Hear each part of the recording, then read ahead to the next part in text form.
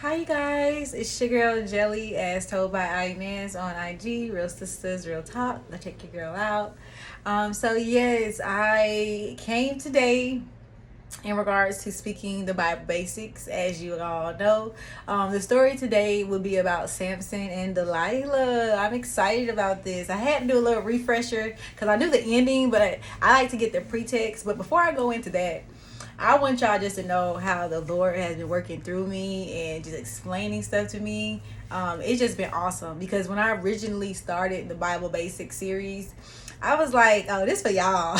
And God was like, no, Angelica, this is for you. You need to be remembered or refreshed on basically like the gifts and stories and just what's that word? I would say the basically the what like revelations that I get from even telling these stories, remembering back, and when I watch different sermons moving forward.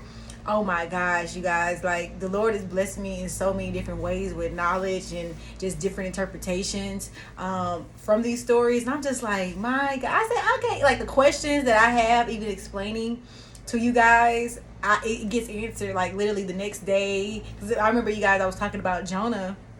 And I was like, why would Jonah be upset about somebody else? But y'all don't understand. I was watching VeggieTales with my daughter, right? VeggieTales, right?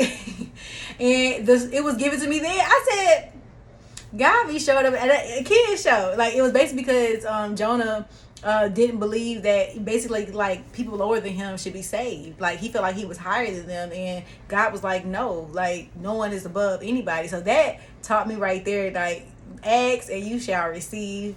The Lord will, of course he's not going to like stay to your mind, your ear, hello child, like he may, you get what I'm saying. But definitely for me, it's just because he knows I watch sermons, he knows I watch different things. But when I tell y'all each story of the Bible basics that I've said already, I've literally seen a sermon where it's interpreted at a higher level, and it's just like, my gosh, he set the foundation for me to understand it and to like interpret it on a whole different other level. So when I tell y'all, I said, God, like, look, you ain't no better than them. I didn't, and for real, I didn't even try to do it from that standpoint, but God showed me that, no, Joker, you're learning too. So I'm gonna keep listening to him because he be right all the time, like all the time. So I was just like, all right, God, okay.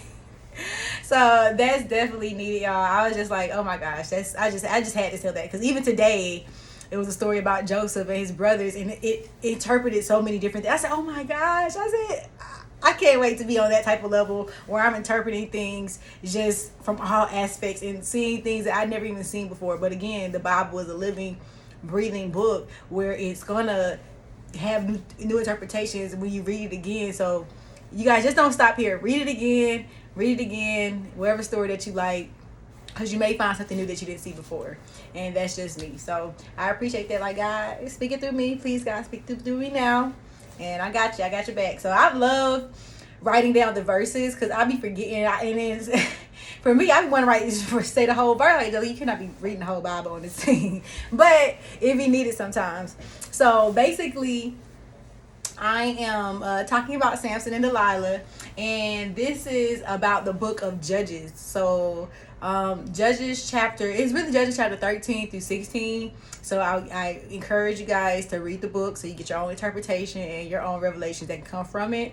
But that's what I'll be reading from today. I necessarily didn't put anything down for Judges 13, but that's where the story started when Samson was born. And so, what was crazy about it was Samson being born, starting off.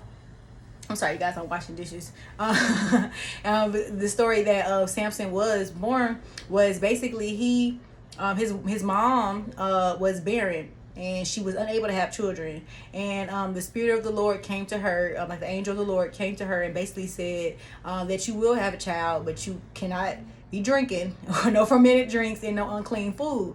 So that is a tidbit right there for you guys. Any of you guys that I just feel like the Bible gives you different lessons for that, like Samson's mom is not the only one that's probably barren, so, or who's unable to have children at this moment, and probably feel like all hope is gone. So I would suggest, if y'all, even if it's wine, red wine, they say it's good in the Bible, but I would cut all that out and just drink water and salads if you're trying to get pregnant. That's what the Bible said. So yeah, I really believe like the Bible gives you tidbits and things like that just to move forward in the future. So that's what I got. I was like, okay, and basically his dad was like, "Are you sure?" And he's like, "Yes." So he came again, and they basically had Samson. And then so moving forward, I honestly believe Samson was so smart, y'all. Like Samson was very, very smart. So it intrigued me to see how he was deceived. So I'm not gonna jump too far. So let's go to Samson was like kind of out somewhere in chapter Judges 14. Samson was basically out and about. He was like, "Mama, I want to Mom and Dad, I want to basically, go marry this woman. She is a Philistine, basically a Philistine woman." And they was like, "Why you want to marry that lady? She's unkept and she's a part of them." But in verse 3, Judges 14, verse 3, it said, I'm sorry, guys, y'all, something in my eye, in its allergies. But Samson said to his father, get her for me. She's the right one for me. His way to think about it is his parents did not know that was God calling Samson actually to that area to strike them down because of them trying to rule over Israel and things like that. And so that part stuck out to me, is like, basically, if God is telling you to do something, you need to do it. So he's not telling you to do it for any reason. And it could be your own family. It could be friends that's like, "Nah, you shouldn't do that." But again, y'all heard, I'm sorry, I'm so sorry, something in my eye. See, in these eyelashes. But you see how God, you know what I'm saying, it was another reason. So don't just not do something because God, your family or things like that is telling you not to do it, but do it because God told you to do it. And again, he always has the final say so in my life. I don't know about y'all, but even like you said, devil trying to get my eye, not I. So that was that. So we jumped to verse 12, but it's a lot that happened from verse 3 to 12, because actually not that much happened. Samson was doing stuff. The Lord helped him take down the lion, and then so that made him have a riddle. And so that made me think that Samson was very smart, for he could produce riddles, and his wife was mad at him for not explaining the riddle. And I think and again, God's gonna come to me and tell me what happened again, because I just could not understand verse was it 16, that something happened with his wife, where it was like she cried a whole 7 days. So 7 days he finally told her, because she continued to press him. She turned the riddle, explained the riddle. It's like something happened with his wife, where either it said she was given to one of his companions. That was verse 20. And Samson's wife was given to one of his companions who had attended him at the feast. And so that's weird to me, because I'm just like, what was going on? But you got to think about it. In Judges 15, verse 6, this is when the Philistine asks who did this, because Samson was pissed. I'm sorry, y'all. Samson was upset. He was like, "What's going on?" He was like, Samson took a young goat, went to his wife, and that's chapter 15, verse 1. "I'm going to my wife's room, but her father would not let him in. I was so sure you hated her," he said, "that I gave her to your companion. Isn't her younger sister more attractive? Take her instead." Samson said to them, "This time I have the right to get even with the Philistines. I will really harm him." So he went out and caught 300 foxes and tied them tail to tail in pairs, and then he fastened a torch for every pair, lit the torches, and let the fox loose on the grain and all the Philistines. So he burnt up everything, like their food and things like that, and in the vineyards and olives. He's like, "I ain't playing with y'all. Y'all mess with my future wife, it's gone. It's over with." And so when the Philistines found out what happened, they was like, "Who did this? What's going on?" And then they said Samson did it because his wife was given to his companion. So Samson didn't play. Samson did not play. I said, okay. Then that made the Philistines look for Samson. And then that's basically where it's like we have to come in verse 10, part of verse 10 in chapter 15, we have to come take Samson prisoner to do him as he did to us. And Samson was like, okay. He answered, "I merely did what they did to me." they said to him, we come to tie you up and hand you over to the Philistines. Samson was like, all right, but swear to me y'all won't kill me. You won't kill me yourselves. Like, he wanted to make sure he was in front of them. I don't know why he did that, but then it comes to it. And they were like, agreed. We would tie you up and hand you over to them. We would not kill you. So they bound him with 2 new ropes and let him off the rock. As he approached where the Philistines were, they came to him shouting. The Spirit of the Lord came in him, y'all. Holy Spirit, rain down. Oh, man. Let me stop playing. He came in. The Holy Spirit came through. The ropes on his arm became charred, and they dropped to the ground. I don't know where he found it. Samson found a jawbone of a donkey and grabbed it and struck down 1,000 men. That's how much strength he had. He struck down 1,000 men with a jawbone. Not a sword, not a spear, not an axe, but a jawbone. So I said, Samson, again, Samson was very smart. He had all this intelligence. He was very strong, but he was brought down by a woman. I'm going to get to that. That's crazy to me. I just don't understand how he was brought down by a woman. That's just crazy to me.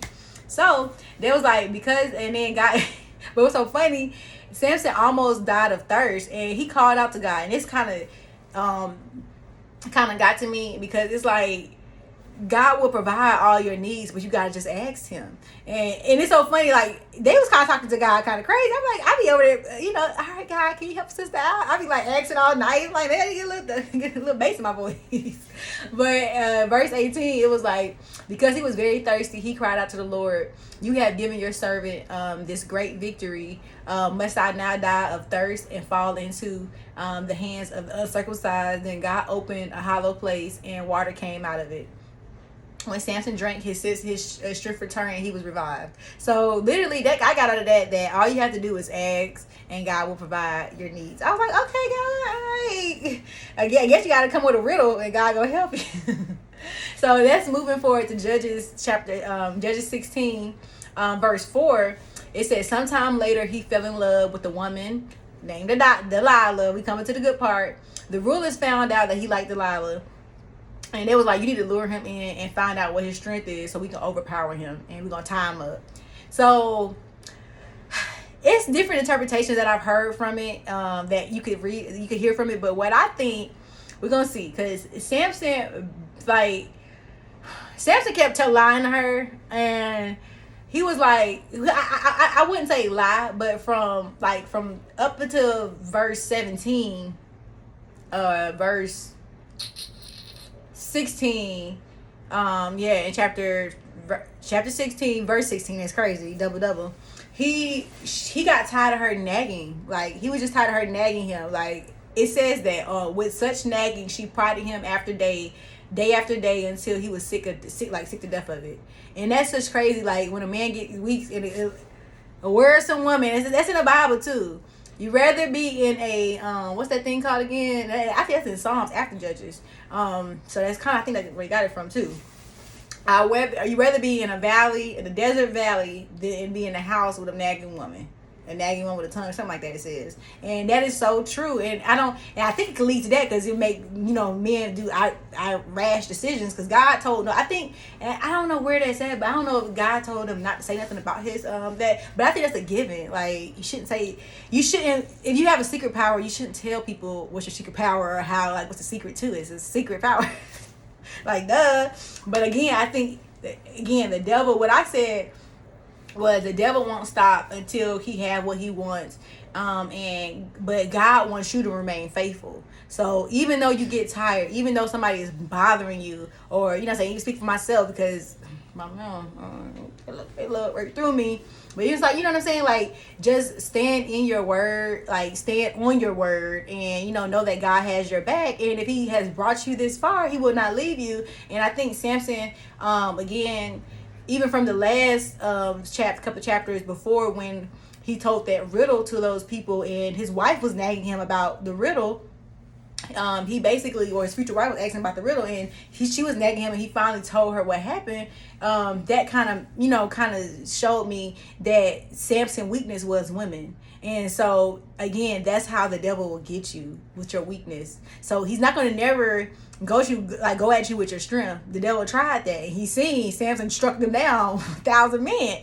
So he like, all right, let me get you where I see you got your weak points at. So know where your weak points at. You have to guard them. You have to put that faith in God to be able to withstand things. Like even for myself, my weak point, I can definitely say, and again, I know that God is protecting them, so I can speak it.